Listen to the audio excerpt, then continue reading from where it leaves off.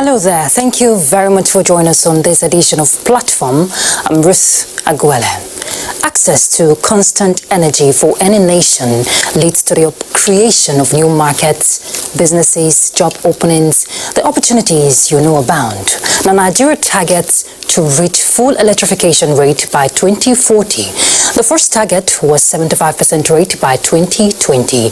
Now, through the Rural Electrification Strategy and Implementation Plan, the Nigerian talking about the Rural Electrification Agency, was created by the Electric Power Sector Reform Act in 2005. Now, it was designed to facilitate the provision of affordable power supply in the rural and peri-urban areas of the country. Part of its mandate is to provide off-grid solutions to rural dwellers, such as mini-grids and solar home systems, coordinate rural electrification programs in the country, and provide communities with clean and affordable energy. Now, how has the agency promoted rural electrification across the country? What are the challenges in meeting the growing demands of rural electrification? How have rural communities benefited from renewable energy power generation, you ask? Well, on our focus today on Platform is the impact of rural electrification in Nigeria. We're going to be looking at the challenges and prospects, and our guest is no other person than the Managing Director and CEO of Rural Electrification Agency, Ahmad Salihijo Ahmad. Thank you very much for joining us on Platform. Thank you very much, Ruth. Ahmad Salihijo holds a master's degree in development studies from the Nigerian Defense Academy, Kaduna. That was in 2018. Master Diploma Project Planning and Management. Now, he was the coordinator of Nigeria Green Bond Program, Federal Ministry of Environment. He's a member, Council of the Regulation of Engineering in Nigeria, that is KUREN. He's also a member, Nigerian Society of Engineers. He served as special advisor to the Minister of Environment from 2016 to 2017. And he was appointed MDCO Rural Electrification Agency by President Muhammadu Buhari in January 2020. Once again, welcome to Platform. Thank you very much. All right, so I won't be the only one here. I have my panelist, Joshua Ojito, our power correspondent. Thank you very much for joining us, Joshua. It's a pleasure, Ruth. Okay, so Mr. Ahmad Salihijo Ahmad, we're looking at the impact of rural electrification in Nigeria, and for you, this past 1 year, it's almost 1 year. Yeah, it is. The drive has been to provide, equitably power generation across Nigeria for you. I've watched your progress, and so far, what would you say has the journey been? Yeah, thank you very much, Ruth, and it's a pleasure, Joshua. So I think the journey has been a good one, but of course, you always have challenges along the way. Today, our lives have all been impacted, of course, by the pandemic, which when I resumed office is one of the major things that we found on ground. But of course, what you have to try to do is to make the best of every situation. You have, when we had no people coming to the office, we had to do social distancing. But within all that, there was an opportunity when the President, His Excellency, President Muhammadu Buhari, in his speech during the pandemic mentioned that it's very important for government agencies to be able to support during this trying times. And of course, that was also echoed by my boss, the Honorable Minister of Power. So what we did at the start of the year is to see how we could electrify some healthcare facilities. So we managed to provide a 53 kilowatt peak system at the Abuja University Teaching Hospital. And we also electrified an isolation center in Lagos, Yaba, and also 2 isolation centers in Ogun State. And I believe that started a trend today where, other development partners have keyed into this program. And since then, we have a firm commitment from the World Bank who have restructured part of the programs that we're doing doing within the Nigerian electrification project, and they have been able to provide financing for us to do 100 isolation and treatment centers here in Nigeria nationwide. And in addition to that, they would also do another 400 national primary healthcare centers as well. So in terms of how we've also fared during this period, the pandemic always played a role. And however, I think I have to give credit to the team I met on ground. The team I met on ground, what you find is that a lot of progress has already been made. So of course, coming in as the new managing director, I had to take time to understand what has been done very well and what can be improved. And with that, we managed to come up with a strategy for the next 5 years in terms of actually trying to get to the rural communities here in Nigeria, and of course, in doing that, strengthening the various programs that we have. So from financing within the budget, we do capital projects. Of course, we also administer the Rural Electrification Fund. We also do through the budget, we have the Energizing Education Program. And of course, we also have the Nigerian Electrification Project, which is currently running with the Africa Development Bank and the World Bank. So I think through various programs, we have managed to reach different targets within the electrification strategy that we have. So for instance, with the capital projects, we have been able to finish a few grid extension projects. One I visited recently was in Malumfashi, Katsina, and also in Osun State as well, where we have managed to put in a few transformers for grid extension. So what you find is that depending on the community we're going to and depending on the need that they have, we vary the technology that we are going to use. Because I was just going to ask you how challenging, going to those communities. The Nigerian Electrification Project is huge. Yes. If you have to install these hybrid solar mini grids and the home solar systems and all of that, how challenging can it be? Yeah, first and foremost, I think some of these areas are extremely remote, because I remember when we went to a community in Ogun State, Iloji, you found that we went through a very rough terrain before we got there. So you find that even transporting equipment to those areas is usually very, very challenging. Sometimes, you have to even get a different means of transportation for you to be able to cross maybe some bodies of water. So, but of course, we do this in conjunction with the private sector. So depending on the arrangement that we have with the private sector, we could take a contract the private sector based on an EPC, or as we do with the Rural Electrification Fund, we provide the private sector with a grant, where the private sector is able to deploy its own investment and infrastructure while within a framework of our own operational and business plans, we provide that grant. So I think the partnership with the private sector is very essential here.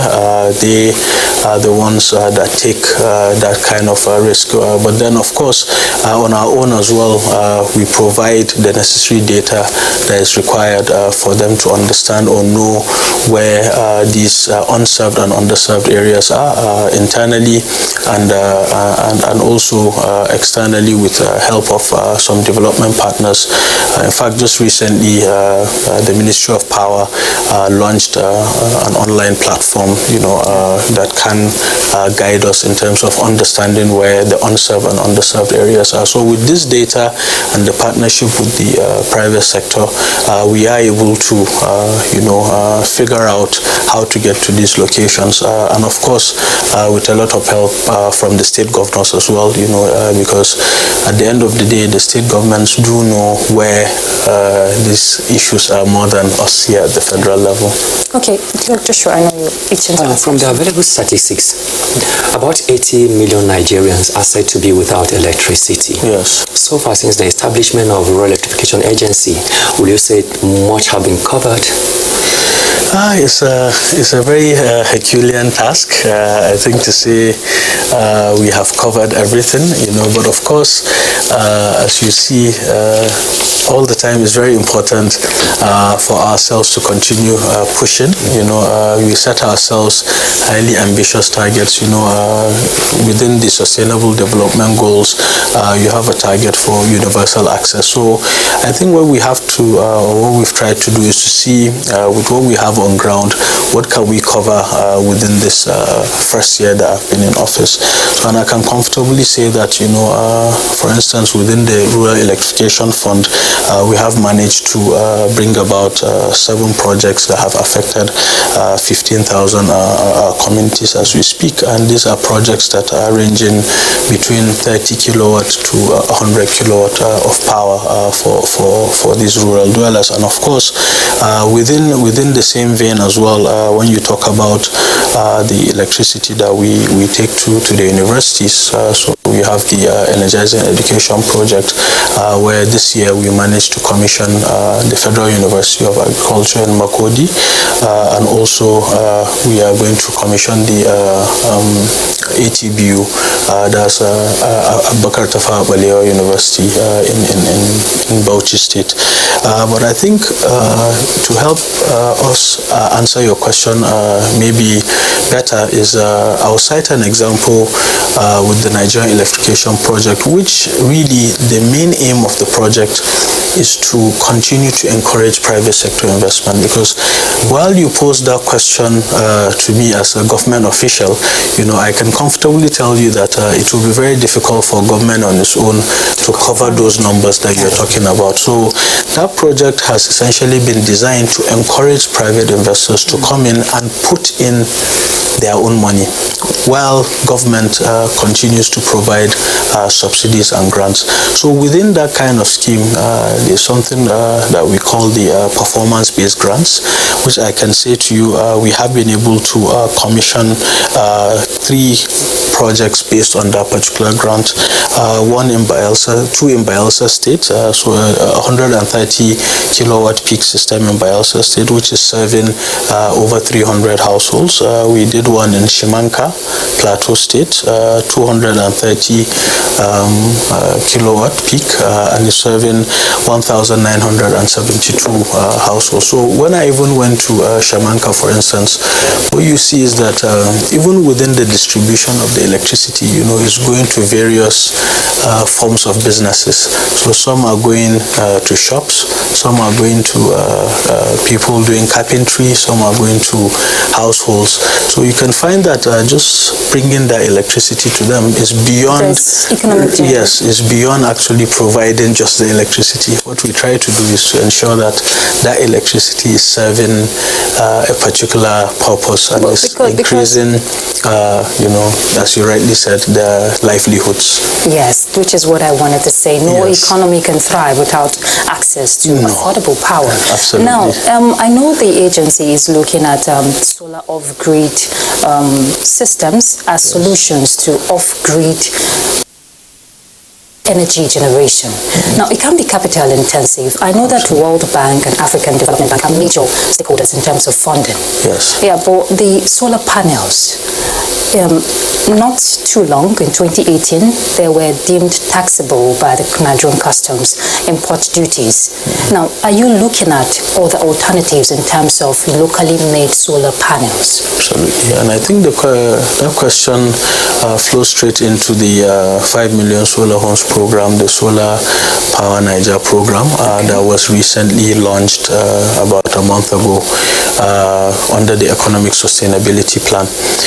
So the Vice President, as the Chairman, His Excellency of that Economic Sustainability Plan, with the Federal Ministry of Power being the supervisory ministry, REA has been tasked to come up with an implementation for that program. So it's a 140 billion naira that is made available through the central bank, and it has been done to cater for exactly what you have spoken about. It's about how do you find the local manufacturers and assemblers of these solar products. So the idea is that with the projects that we're currently running under the Nigerian electrification project, and having the 140 billion to provide that debt financing that is needed, what you find is that there is now two programs that are actually complementing each other. One of them, you can have access to it when you are deploying, and the other one you can have access to it after you have deployed your infrastructure. So I think to help answer your question, that particular program has been brought into play just because the federal government has seen that it's going to be very difficult to continue to rely on importation of these products like the solar PVs that you talked about. But I'm happy that there's actually a government agency that is currently doing that locally, that is NTA.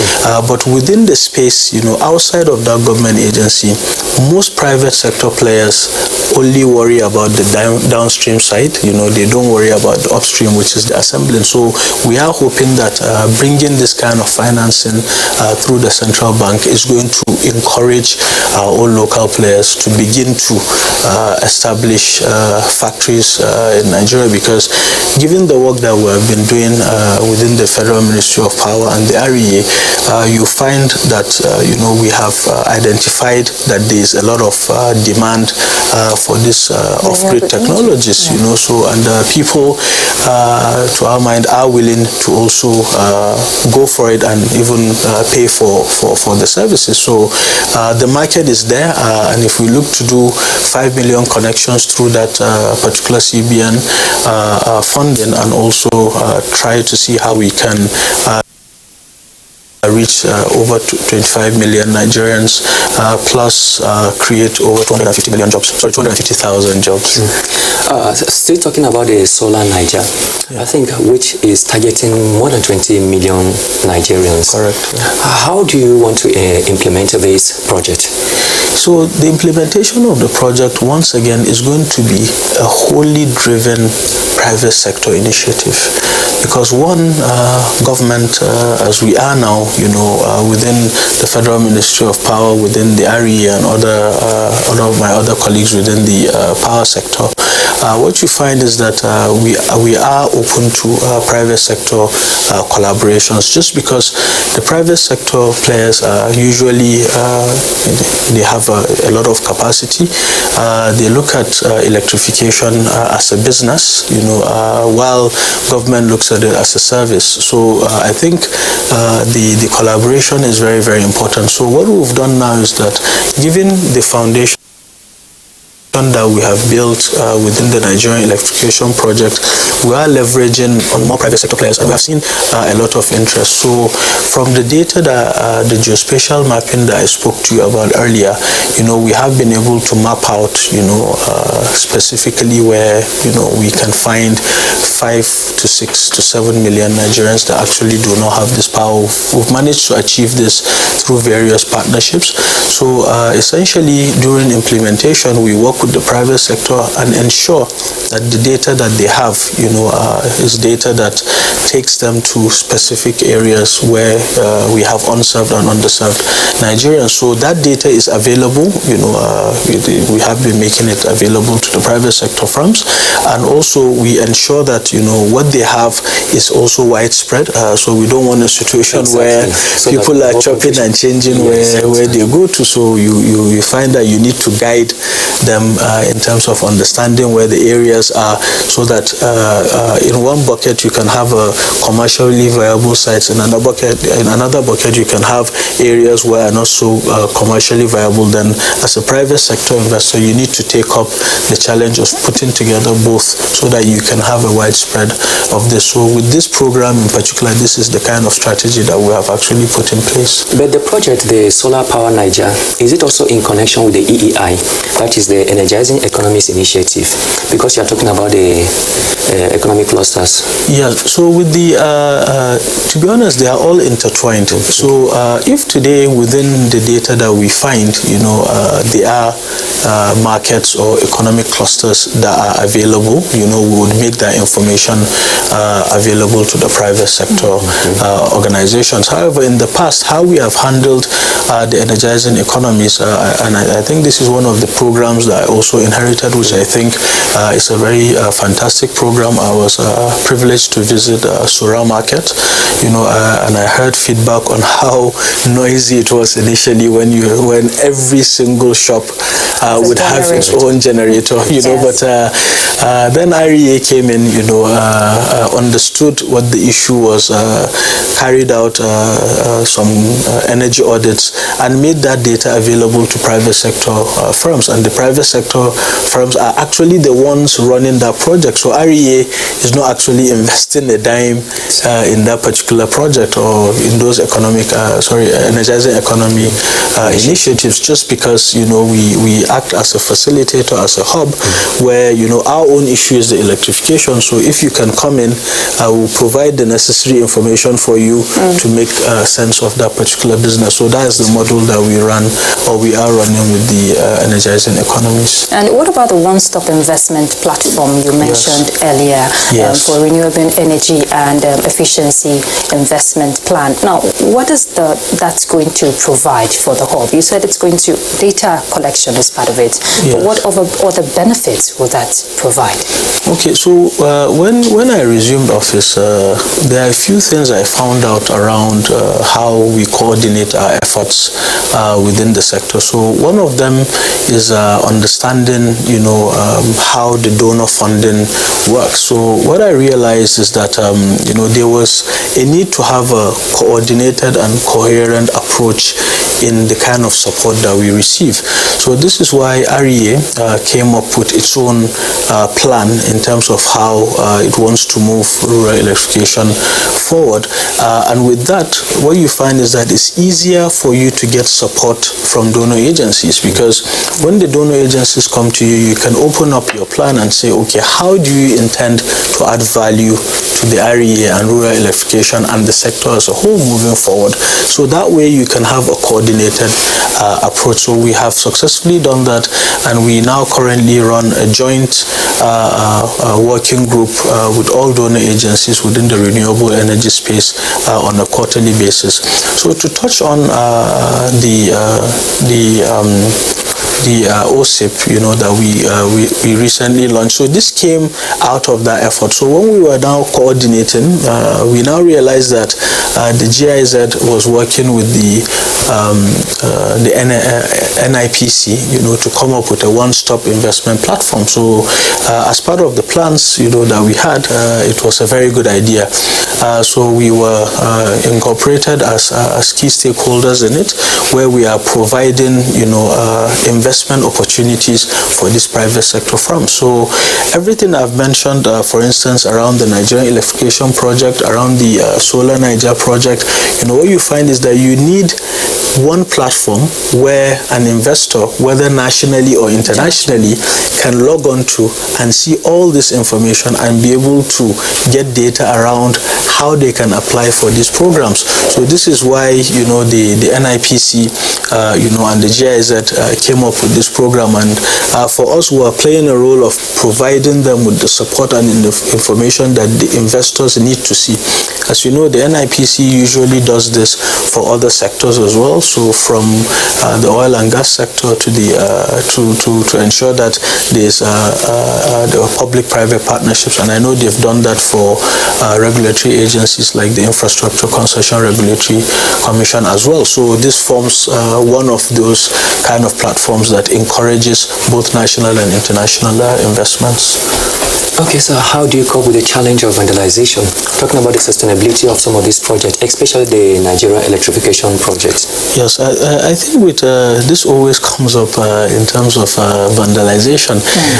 But what I always say is that if you are able to build a project that is properly owned by the community, what you find is that if you even try to vandalize that project, they will definitely make their feelings very, very clear to you. So in all the projects that we've rolled out, from the capital projects to the REF projects to some of the things that we're doing around the solar home systems and the mini grids, we provide support to create renewable energy user cooperatives, which we call the REUCs, and we identify influential members of those communities and we empower them for them to take over some of these plants that have been built.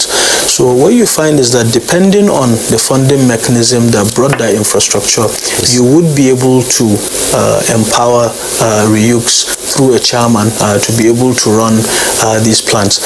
However, in arrangement with the private sector, so for instance, if it's the Rural Electrification Fund or the Nigerian Electrification Project, because the investor has already put down their money, it means that they need to be operating the plants and maintaining it for the next few years. So once they are doing that, it means that there's a certain presence that you find in those communities. So most of the time when we even go there, I say to them that I hope you have been given your indigent letters, because from now on moving forward, you are basically going to be living here just to ensure that you are providing a good service and you are able to give the rural dwellers exactly what they are giving you the money for, what they are paying for. So if you have those arrangements in place, it will be very difficult for anyone to vandalize this equipment, because the private sector firm is going to be there to protect their investment, while the REUCs, the Rural Electrification Users Society, is also going to be there to ensure that the assets that they've put there, because if you vandalize them, it means they might not be able to watch television or they might not be able to run their businesses. I find that intriguing, talking about the Electricity Users Cooperative Society. Yes. And part of the benefits, from what I gathered, is that they get to, learn, the productive usage of this electricity and equipment being provided. But let's look at STEM, the internship provided for female participation in electrification initiative. I must commend the agency, for considering the female gender. So, but what is it all about now? How, what are the beneficiaries gaining out of this? Okay, so with the STEM program, what you find is that we have been able to serve over 17,000 students with all the projects we have done under STEM. And with the STEM, it was particularly designed for the energizing education program, because with the program also came a training center, and a workshop where designated STEM interns were being taken up to be able to partake in these trainings. So when the agreements were signed with the EPC contractors, they were actually mandated to work with the STEM interns. So students that are around 400 level to final year were actually put together, and they witnessed, the construction phase of this particular solar plant. So with that, what you find is that they were able to pick up and understand the whole value chain in terms of coming up or building or developing a solar plant, and it deliberately concentrated on females as well, just because typically what you find is that in engineering, it's a male-dominated career, so we needed to do that to encourage females so that they can also have opportunities within engineering. So it's a kind of program that if today you're in the job market, you have a competitive advantage over your fellow colleagues. Why? Because you have hands-on practical experience in understanding how this was done.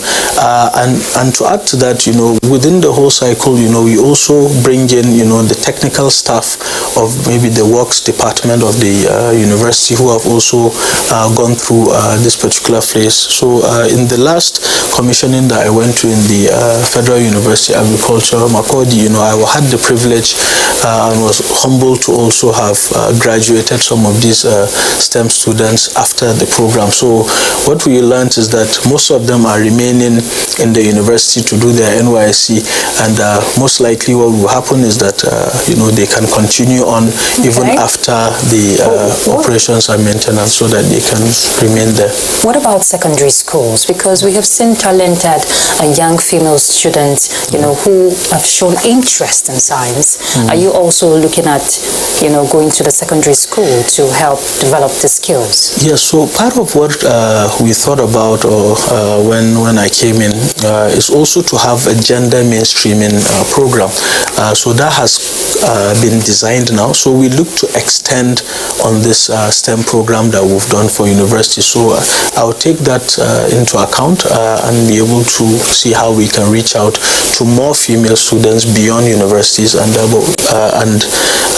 beyond universities, so we can see how we can identify catch them early so that they can go through the program. But I'm happy to say that within that gender mainstreaming program, we have been receiving support from the USAID government, the NPSP program, just so that we can build it in such a way that we are, not just doing it for those universities, but actively every program that we're doing, how are we ensuring that there is female participation in those programs? In addition to your numerous interventions, there is this Solar for Health, which you earlier said you are targeting 400 primary healthcare centers and 100 isolation centers, and now there is spike in COVID-19.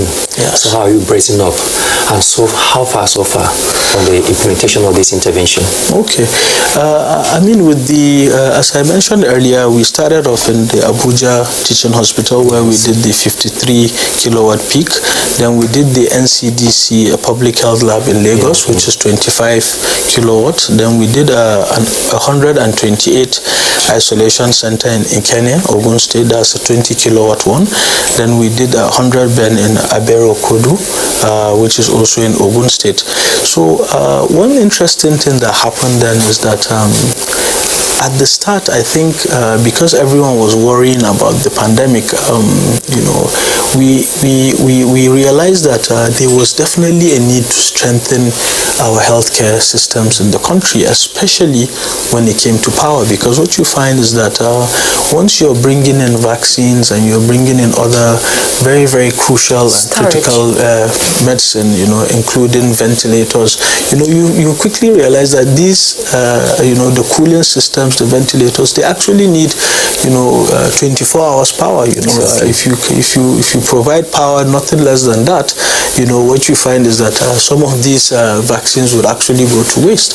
And I do know that a lot of these facilities do have generators, but today it's expensive to maintain generators. So this was why the REA quickly deployed these mini-grids, and it started a trend where the World Bank restructured the NEP program to incorporate these 100 isolation centers and the 400 PHCs. So I can say that right now, we are in procurement phase for the 100 isolation centers, and what we've tried to do is we've given it a spread, so it's nationwide. Every state is going to have at least 2 or 3 per state, and in addition we ensured that these facilities are not going to temporary centers. Most of the centers that are benefiting from this are either federal medical centers or general hospitals within the state, and in conjunction with the Federal Ministry of Health, we have been able to finalize on that list and have been made available now. So we are in the procurement phase. So by the start of the year, we're hoping that construction of these facilities, these solar mini grids are going to begin in those areas. So with the 400 PACs, what we had to do was, in close consultation with the National Primary Healthcare Development Agency, we partnered to ensure that the list that we're receiving are of primary healthcare facilities that are actually functional. Okay. Because what you wouldn't like to do is to provide power to a PHC that doesn't provide the service. You know, so we took their guidance and they provided us with a long list of over 1,000 PHCs that we believe actually have the basic facilities. So water supply, doctors and nurses, you know, and also, you know, some beds, you know, so that at least, you know, once you're taking power to those facilities, at least you are taking it to complement some of the services that they are already providing. So that is a phase 2, and it will kickstart immediately after we start or we contract out the 100 isolation and treatment centers. Recently, the European Union inaugurated some in Adamawa State. Absolutely. Is that also in collaboration with the REA? Yes, with the ones that were done in Adamawa State, it was done by the EU, as you rightly mentioned. They also did one in the Kaduna. Yes, and also the NCDC center here in Abuja, where I was there at the commissioning. Yes, of course, it was done under the supervision of the Federal Ministry of Power, which you know, my agency reports to in terms of you know, implementing some of these projects. So yes, that was carried out by the EU in conjunction with the Federal Ministry of Power. Okay, and from what you're saying, it will demand more, you know, the demand will be higher in the coming, we're not praying for the COVID to sustain itself, but we're looking at having vaccines next year coming, and the numbers are increasing. So definitely more isolation centers, you know, will be, you know, coming up. So are you looking at other alternative means, you know, because if you are going to meet up the capacity in terms of demand, it's going to be huge. No, I agree with you, and this is why, you know, I was very impressed a few months ago when I received a call from a private sector player who on his own identified a primary healthcare center, you know, here in Abuja, you know, and actually provided them with free power. You know, I was absolutely, I mean, I was very, very impressed. You know, we went there with the Ministry of Power, the Honorable Minister of State, to actually commission that project. So I think we need to continue to understand that this has to be a collective effort. You know, we have to do what we need to do within ourselves. You know, first within our households, we have to wear our masks, we have to wash our hands, we have to continue to maintain social distancing, you know, so that by the time the cases even reach the hospitals, you know, we are even minimizing it ourselves. So I guess what I'm trying to say is that it has to be a collective effort, you know. So of course, as government, we continue to provide the support that is required, and I'm very excited that, you know, a lot of international agencies now have keyed into this. So what you find is that, you know, most of them now want to come and invest their money in providing healthcare power to healthcare facilities. But I look forward to quickly getting the ones we even have in front of us ready. You know, then we continue to see how we can ramp up and cater for the demand as you have rightly mentioned. Do you think, you know, over time, from what you have observed from Nigerians and the whole situation in the country, access to power has been one major, you know, challenge we've been facing for decades now? Do you think Nigeria is ready to embrace renewable energy?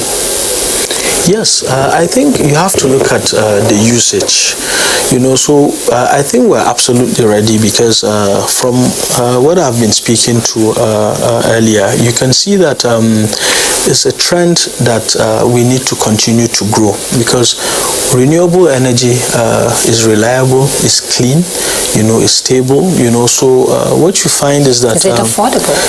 And also somewhat affordable, okay. Depending on how it's being used. So I think we are ready, but of course you cannot begin to say you're going to apply renewable energy in the industrial scale. That is too high.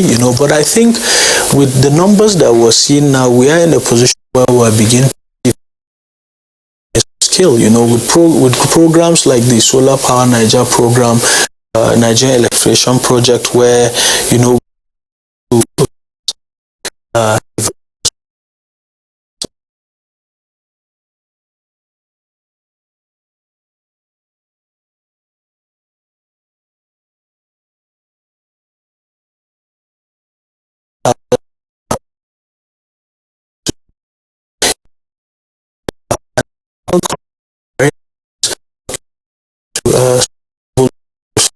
universal access.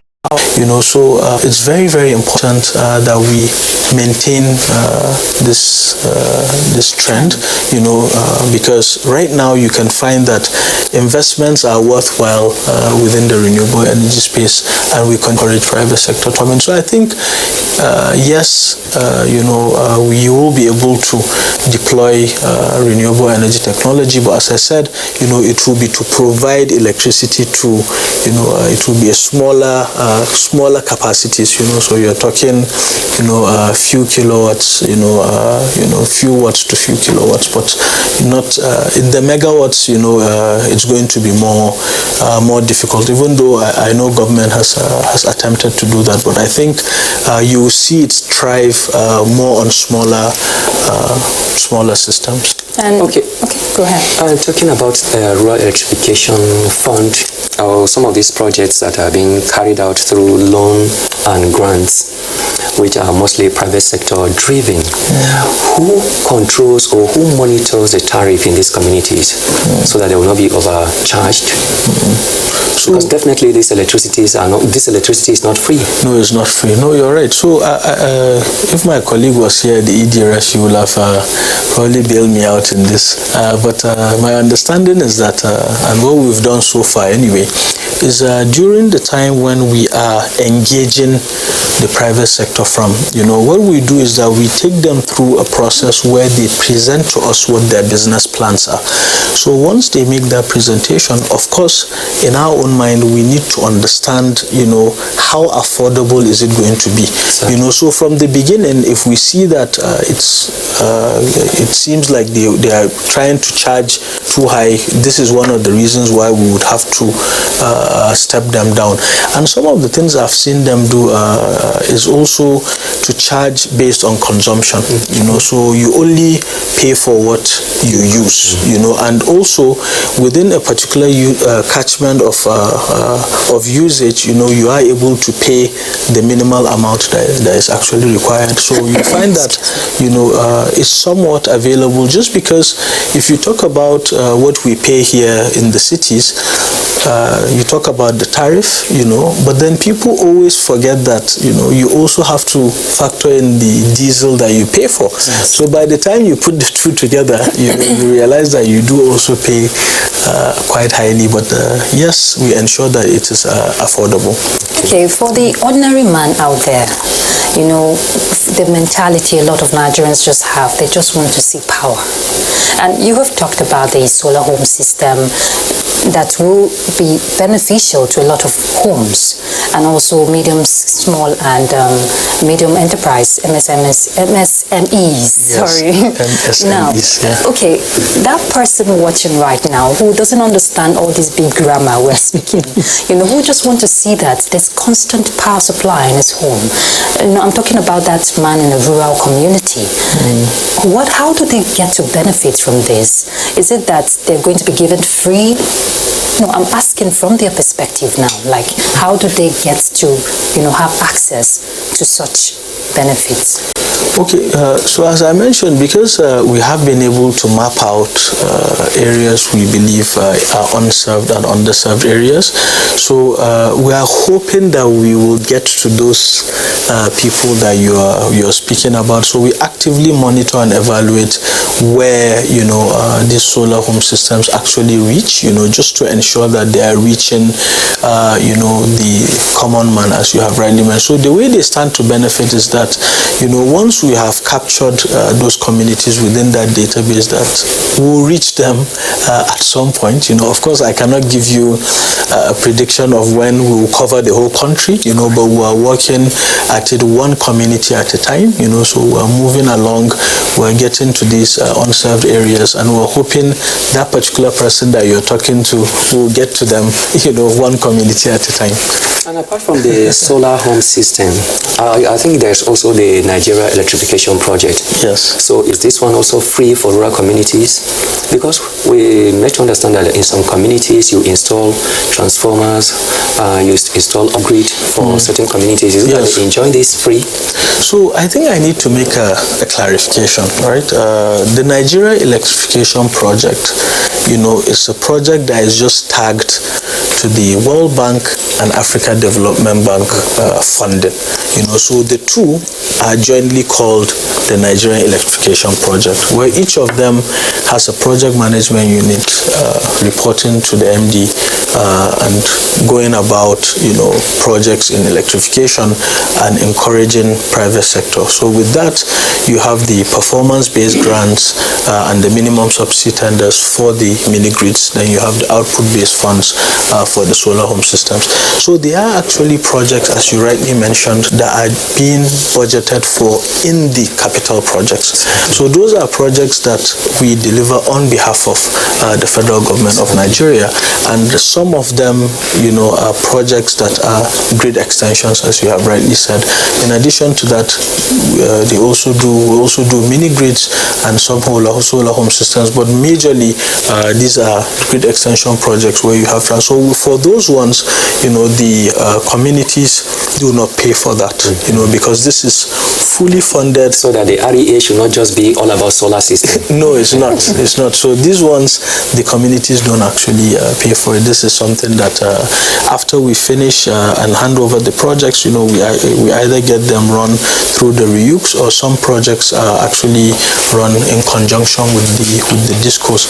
And I think this is what brings me to this next point about also how we work with the discos. Yes. So in the last year or so, we have found out that discos are able to relate very well with the Rural Electrification Agency, because these discos have catchment areas where they are providing their will pay or can pay customers.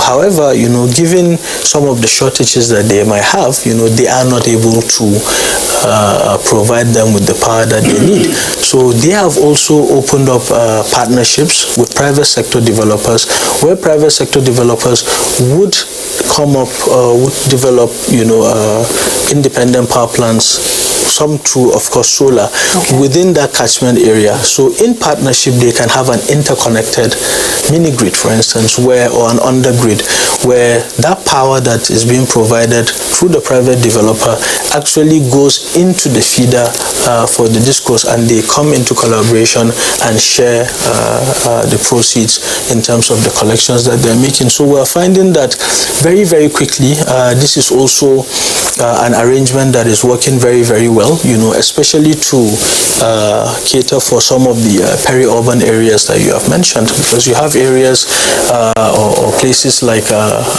in Enugu. When we travel to Enugu, what we're seeing is that clearly you don't have areas where they are so sparsely populated. Most of them are peri-urban areas, so you will not be able to provide them with solar home systems, for instance, because even their energy demand is beyond that of a solar home system. So that particular scenario, it will be very good to have interconnected mini grids. And the REA provided support for one here in Wuse Market, even though it hasn't been commissioned yet, because of some challenges around COVID.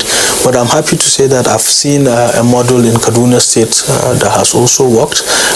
We have also commissioned one in Mokololo here in Nigeria under the Nigerian electrification project, where it was an interconnected mini grid. And we're seeing now that even within the next ref call that we're doing, developers are coming up with proposals to provide interconnected mini grids. So I think having that, so that we continue to coexist, we continue to cooperate to ensure that we get electricity to unserved and which is your vision. And we're winding down. So, well, on a final note, what would you say you want to see? You said you already drawn up a blueprint for the next 5 years. Now the new year is just around the corner, and that will make your 1-year anniversary in January. Yes. So what do you want to see in projection if we're talking, energy generation for Nigeria? Yes. So I think very briefly. Yes. So I think it's more for me. It's more to do with how we continue to sustain these projects. So within this thinking, we have done an assessment so far this year, understanding what the projects are like, understanding why some of these projects have failed in the past, and what we need to do moving forward to ensure that every project that we put in continues to be sustainable. So for me, I think this is one of the key things we need to take on board, and to continue to build sustainability mechanisms into all the designs of the programs that we're doing. So moving forward, this is something that will play a critical role, because 80 million is a lot, so the last thing you need is to now go and deploy a project, and then 2 years down the line that project is not working, or it has been abandoned. So this is an area where currently we are making a lot of strides in ensuring that these projects remain sustainable. And of course, we looked at areas where reforms are needed. We looked at areas where we needed to build more capacity, just so that at the end of the day, within the REA, and the sector as a whole, we have capable hands to make sure we deliver projects that will take electricity to unserved and underserved areas. Salihijo Ahmed, thank you very much. We do wish you the very best. And for Nigerians, all they want to see is power. Thank you very much. Thank you. And we have our power correspondent. Thank you very much, Joshua Ojito. Thank you very much for your contributions. Thank you. Thank you. Thank you. In the past 50 minutes and more, we have been looking at impact of rural electrification in Nigeria. Now, for Ahmed Salihijo Ahmed, that's the MDC, or Rural Electrification Agency, he wants to see equitable distribution of power across the country, every nook and cranny. That's Platform for you today. Thank you very much for your time. I'm Ruth Aguele. Bye.